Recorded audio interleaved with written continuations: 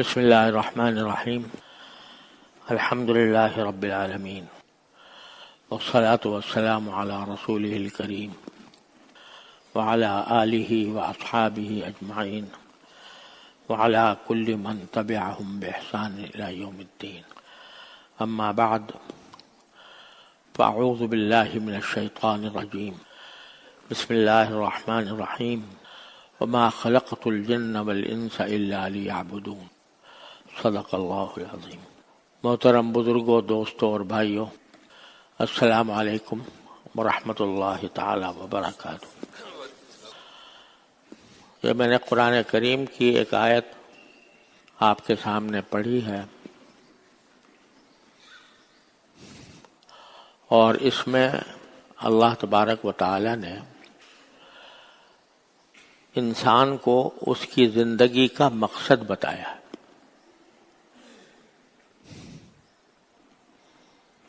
اس مقصد کا جاننا ہر اس شخص کے لیے ضروری ہے جو تھوڑی سی بھی عقل رکھتا ہو، سمجھ رکھتا ہو، اس لیے کہ ہم صدیوں سے یہ بات دیکھتے چلے آ رہے ہیں کہ انسان ماں کے پیٹ سے پیدا ہوتا ہے، بچپن کی زندگی گزارتا ہے، جوان ہوتا ہے، بعض اوقات بوڑھا ہو جاتا ہے، لیکن آخر کار اس کو اس دنیا سے جانا ہوتا ہے۔ اس میں کسی کا اختلاف نہیں، یہاں تک کہ جو لوگ معاذ اللہ خدا کے وجود سے بھی انکار کرتے ہیں، وہ بھی موت سے انکار نہیں کر سکتے۔ پیدائش ہوتی ہے، پیدائش ہونے کے بعد انسان بعض اوقات تو بچپن ہی میں چل بستا ہے، اور بعض اوقات بڑا ہوتا ہے، بڑے ہو کر دنیا سے چلا جاتا ہے۔ اس حقیقت پر اگر غور کیا جائے تو یہ سمجھنے میں دیر نہیں لگے گی کہ یہ زندگی جو ہے یہ ایک سفر ہے، اور اس سفر کی آخری منزل قبر ہے۔ تو جب بھی کوئی شخص کسی سفر پر روانہ ہوتا ہے، کسی بھی کام کے لیے سفر کر رہا ہو، تو اس کے سامنے کوئی مقصد ہونا چاہیے کہ میں کیوں جا رہا ہوں۔ اگر آپ یہاں سے لاہور کا سفر کریں تو کوئی دل میں مقصد ہوگا کہ بھئی کیوں جا رہا ہوں لاہور۔ کوئی تجارت کرنا مقصد ہوگا، کسی عزیز رشتہ دار سے ملنا مقصد ہوگا، کسی دوست سے ملاقات مقصد ہوگا، اور ہو سکتا ہے کہ ساروں سیاحت ہی مقصود ہو، لیکن مقصد کوئی دن میں ضرور ہوتا ہے۔ چھوٹے سے چھوٹے سفر میں بھی انسان کا کوئی مقصد ہوتا ہے اس سفر سے۔ کوئی بھی انسان ایسا نہیں ہے جو کسی مقصد کے بغیر ایسے ہی روانہ ہو جائے اور پتہ نہ ہو کہ میں کیوں جا رہا ہوں اور میری منزل جو ہے وہ کیا ہے اور کس مقصد کے لیے میں اس منزل تک پہنچنا چاہتا ہوں۔ کوئی بھی شخص جس کے اندر ذرہ برابر بھی عقل ہو، وہ بغیر مقصد کے سفر پر روانہ نہیں ہوتا۔ لیکن انسان کا یہ سفر چونکہ ذرا لمبا ہوتا ہے، یعنی بعض اوقات ہو سکتا ہے 60 سال کا ہو، 65 کا ہو، 70 کا ہو، 80 کا ہو، تو وہ آدمی ساری زندگی گزارتا رہتا ہے اور یہ ذہن میں نہیں ہوتا کہ میں کیوں زندہ ہوں اور میں کیوں دن رات گزار رہا ہوں، جبکہ آخر مجھے جانا ہے یہاں سے۔ تو کوئی آدمی، اکثر و بیشتر ہم لوگ جب پیدا ہونے کے بعد یہاں کی رنگینیاں دیکھتے ہیں، یہاں کے ضروریات دیکھتے ہیں، یہاں کے مزے دیکھتے ہیں، تو یہ بھول جاتے ہیں کہ ہم کیوں پیدا ہوئے تھے، اور یہ سفر ہمارا یقیناً ختم ہونے والا ہے کسی نہ کسی وقت. تو یہاں آنے کا مقصد کیا تھا؟ اب اس آنے کا مقصد ایک صورت تو یہ ہے کہ آپ خود طے کر لیں کہ بھئی تم خود طے کر لو کہ اس زندگی کا مقصد کیا ہے. لیکن خود اس لیے طے نہیں کر سکتے کہ تم اپنے اختیار سے تو نہیں آئے تھے. یعنی جب دنیا میں پیدا ہوئے تھے تو کیا پیدائش سے پہلے تم نے یہ ارادہ کیا تھا کہ میں پیدا ہوں اور پیدا ہو کر بچہ بنوں، پھر جوان بنوں، پھر بوڑھا بنوں، پھر مروں؟ یہاں پیدا ہونے سے پہلے تو کوئی آپ کے مقصد تصور کرنے کا سوال ہی پیدا نہیں ہوتا. پیدا ہونے کے بعد اگر آپ کوئی خود اپنی طرف سے کوئی مقصد طے کریں تو ایسا ہے جیسے بے ارادہ چل پڑے اور جب ہوش آیا تو اس وقت کوئی بات طے کر لی. حالانکہ مقصد تو کسی بھی فعل کا اس وقت کیا جاتا ہے جب ابھی وہ فعل کا آغاز ہو رہا ہو، اس سے بھی پہلے. اس لیے انسان کا تو کام ہے نہیں کہ وہ اپنے زندگی کے اس سفر کا مقصد طے کرے، کیونکہ زندہ ہونا اور دنیا میں آنا انسان کے اختیار میں سے نہیں ہوا، یہ کسی پیدا کرنے والے نے اس کو پیدا کیا ہے. تو اب وہ پیدا کرنے والا ہی صحیح بتا سکتا ہے کہ میں نے کیوں پیدا کیا. لہذا اس کے سوا کوئی چارہ نہیں ہے کہ بندہ یہ پہلے اللہ تعالی سے پوچھے کہ یا اللہ آپ نے مجھے اس دنیا میں بھیجا، اتنا لمبا سفر میں طے کروں گا، بچپن بھی گزاروں گا، جوانی بھی گزاروں گا، بڑھاپے بھی گزاروں گا، تو میرے اس دنیا میں آنے کا مقصد کیا ہے؟ تو قرآن کریم نے اس ایک آیت میں وہ مقصد بتا دیا. اللہ تبارک و تعالی جس کے بارے میں ہر مذہب کا انسان یہ مانتا ہے کہ پیدا کرنے والا وہ ہے، چاہے وہ مسلمان ہو، عیسائی ہو، یہودی ہو، ہندو ہو، اس سے کوئی انکار نہیں کر سکتا کہ انسان کو پیدا کرنے والا اللہ ہے. تو اللہ تبارک و تعالی بندے کو بتا رہے ہیں کہ میں نے تم کو کیوں پیدا کیا، دنیا میں کیوں بھیجا. وہ اس آیت کریمہ میں اللہ تعالی نے بتایا. اس کا ترجمہ یہ ہے کہ میں نے انسانوں کو اور جنات کو، کیونکہ جنات بھی اللہ تعالیٰ کی پیدا کیے ہوئے ہیں، ان کا الگ جہان ہے، تو جنات کو اور انسانوں کو میں نے صرف ایک کام کے لیے پیدا کیا. ان کی زندگی کا مقصد صرف ایک ہے، اور وہ کیا ہے کہ وہ میری عبادت کریں. وَمَا خَلَقْتُ الْجِنَّ وَالْإِنسَ إِلَّا لِيَعْبُدُونَ، میں نے جنات اور انسانوں کو نہیں پیدا کیا مگر اس کام کے لیے کہ وہ میری عبادت کریں. اس کے لیے پیدا کیا. اور آگے اللہ تعالیٰ نے یہ بھی فرما دیا وَمَا أُرِيدُ مِنْهُم مِّن رِزْقٍ وَمَا أُرِيدُ أَن يُطْعِمُونَ، میں نے ان کو اس لیے تو نہیں پیدا کیا کہ وہ میرے واسطے رزق کما کے لائیں اور مجھے کھلائیں، کیونکہ ان اللہ هو الرزاق ذو القوۃ المتین، رزق دینے والا تو صرف اللہ ہی ہے. لہذا پیدا کرنے کا مقصد یہ بتایا کہ جب انسان ہو یا جن ہو، جب دنیا میں پیدا ہو، دنیا میں آئے، تو وہ زندگی میری بندگی میں گزارے، میری عبادت میں گزارے.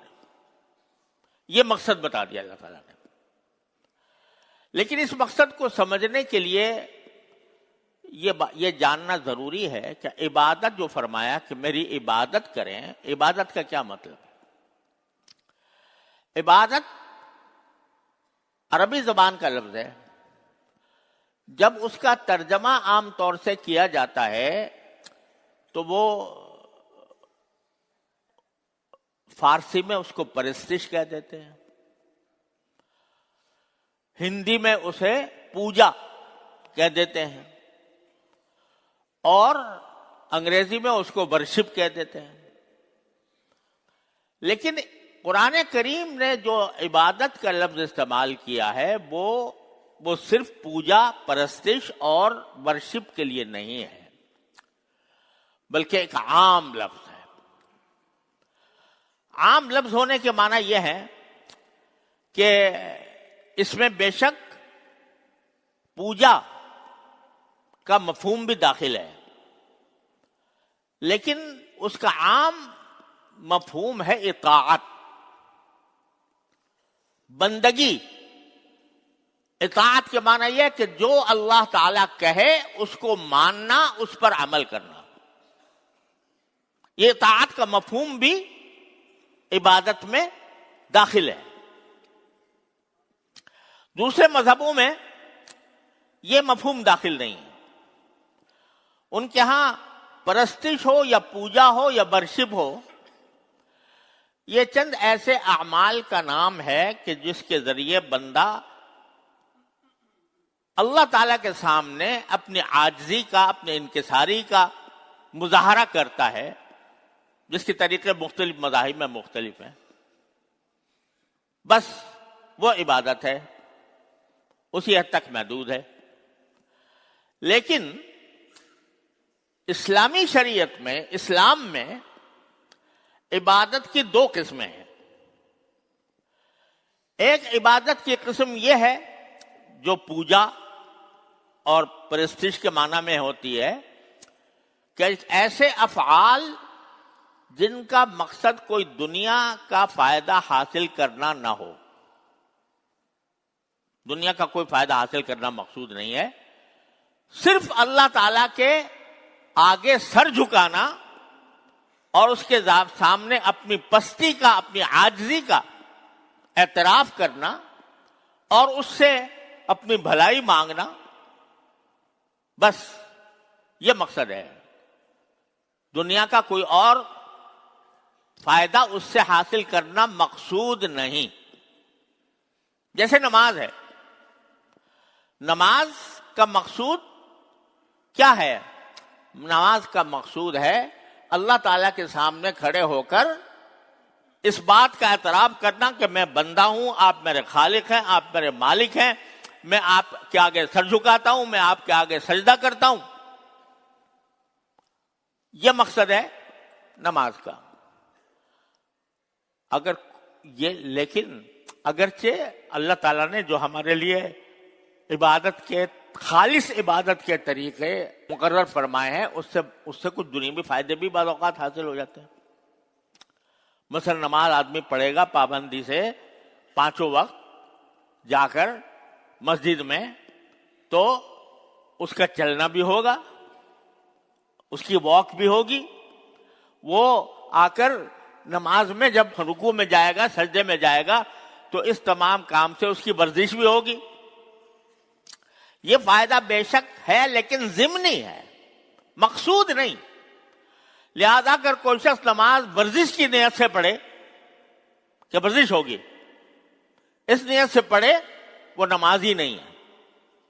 نماز کا اصل مقصود صرف اللہ تبارک و تعالیٰ کے حضور حاضر ہو کر سر جھکانا اور افسر تسلیم خم کرنا اور اپنی عاجزی اور انکساری کا باری تعالیٰ کے سامنے اظہار کرنا، اس کے سوا کوئی اور مقصد نہیں۔ لیکن ضمنی طور پر فائدہ اللہ تعالیٰ عطا فرما دیتے ہیں کچھ اور بھی۔ لہذا اگر کوئی شخص نماز صرف ورزش کرنے کے لیے پڑھے تو وہ نماز ہی نہیں ہوگی۔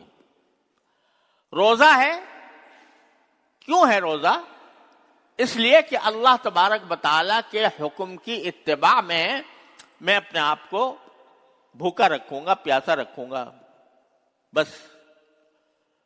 کوئی شخص اگر اس کو، روزے کو ڈائٹنگ کے مقصد سے استعمال کرے کہ بھئی میرا وزن کم ہو جائے گا، تو یہ روزہ ہی نہیں ہوا۔ اصل روزہ وہ ہے جو اللہ تعالیٰ کی رضا کے خاطر رکھا جائے۔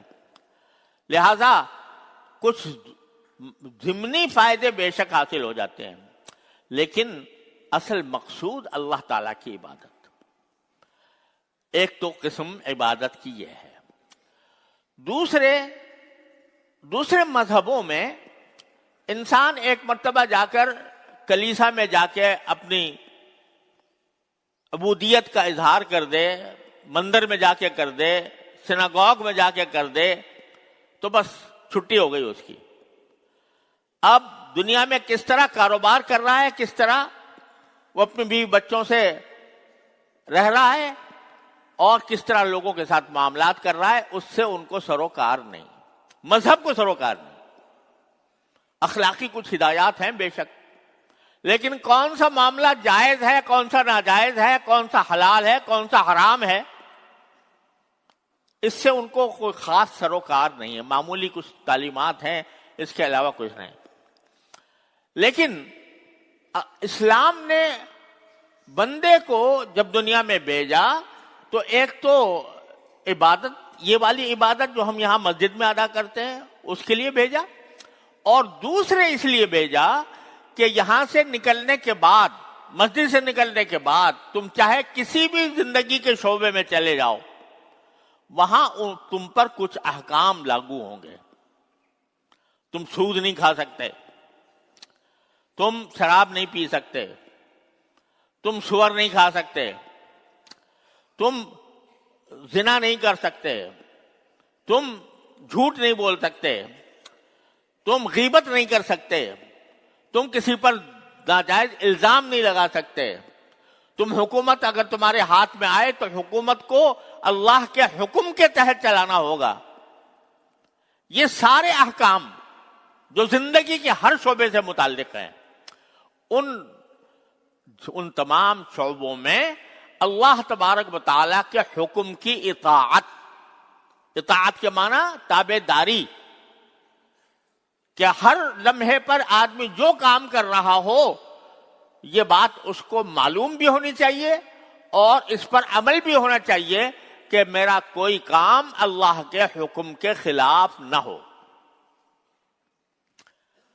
اگر کوئی شخص یہ اس نیت سے تجارت کرے گا کہ میں اللہ کے حکم کی اطاعت میں تجارت کر رہا ہوں، وہ تجارت بھی عبادت بن جائے گی. کھانا کھائے گا اس نیت سے کھائے گا کہ اللہ تعالیٰ کی عطا ہے، میں اس کا شکر ادا کر کے کھاؤں گا، وہ کھانا بھی عبادت بن جائے گا.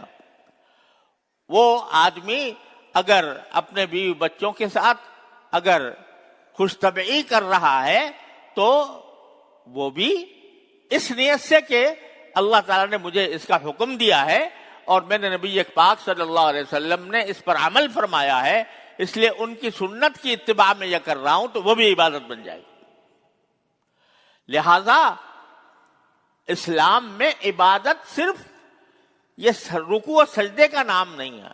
بے شک رکوع و سجدہ بہت بڑا اعلیٰ مقام ہے، لیکن زندگی کے ہر شعبے میں جو احکام ہیں اللہ تعالیٰ کے، ان کو بجا لانا، ان کی پابندی کرنا، ان کے مطابق زندگی گزارنا، یہ بھی عبادت ہے.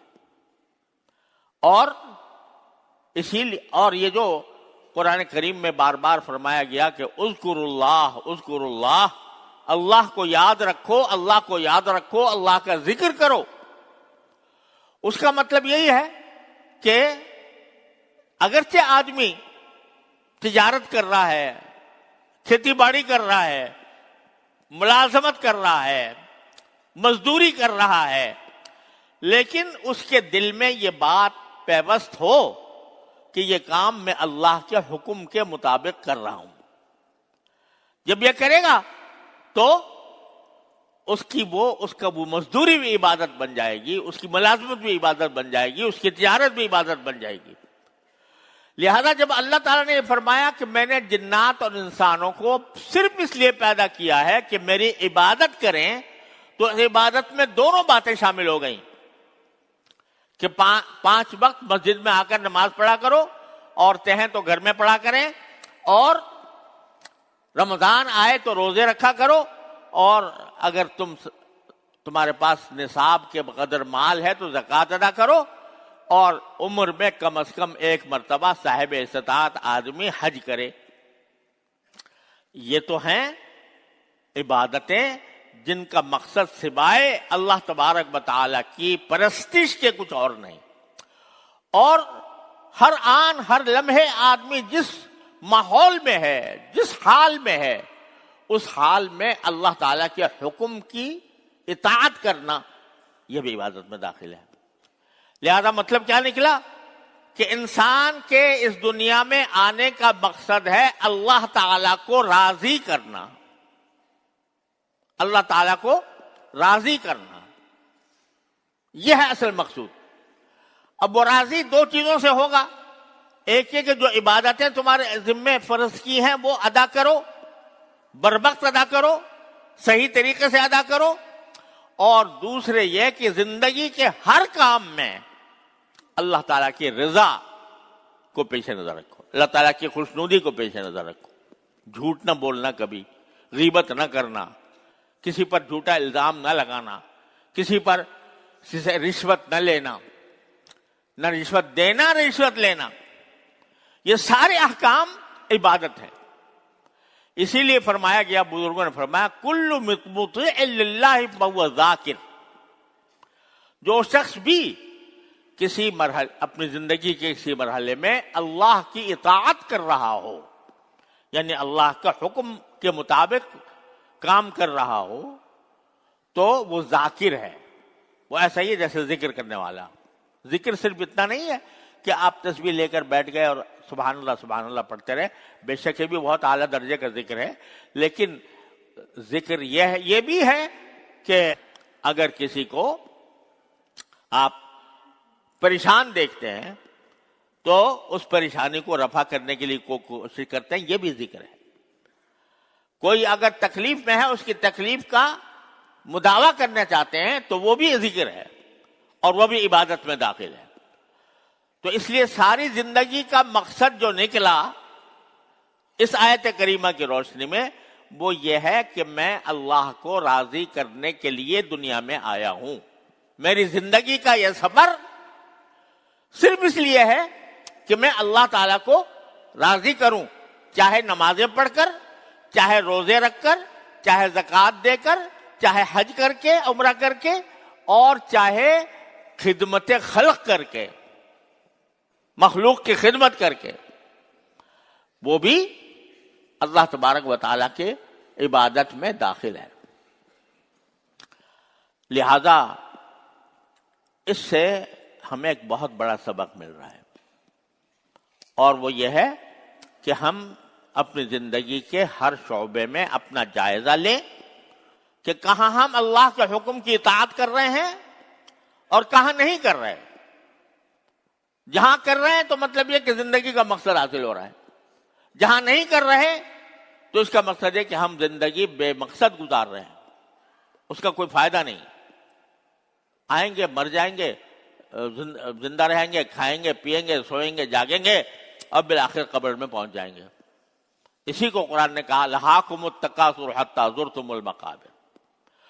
لہذا یہ ہے اصل مقصود۔ اب اس اصل مقصود کو بعض اوقات انسان جو ہے وہ اپنے جب دنیاوی مشاغل میں گھرتا ہے تو اسی میں دن رات غلطاں پیچاں رہتا ہے، اسی کا سوچ دماغ پر طاری رہتی ہے، تو اپنا اصل مقصد بھول جاتا ہے۔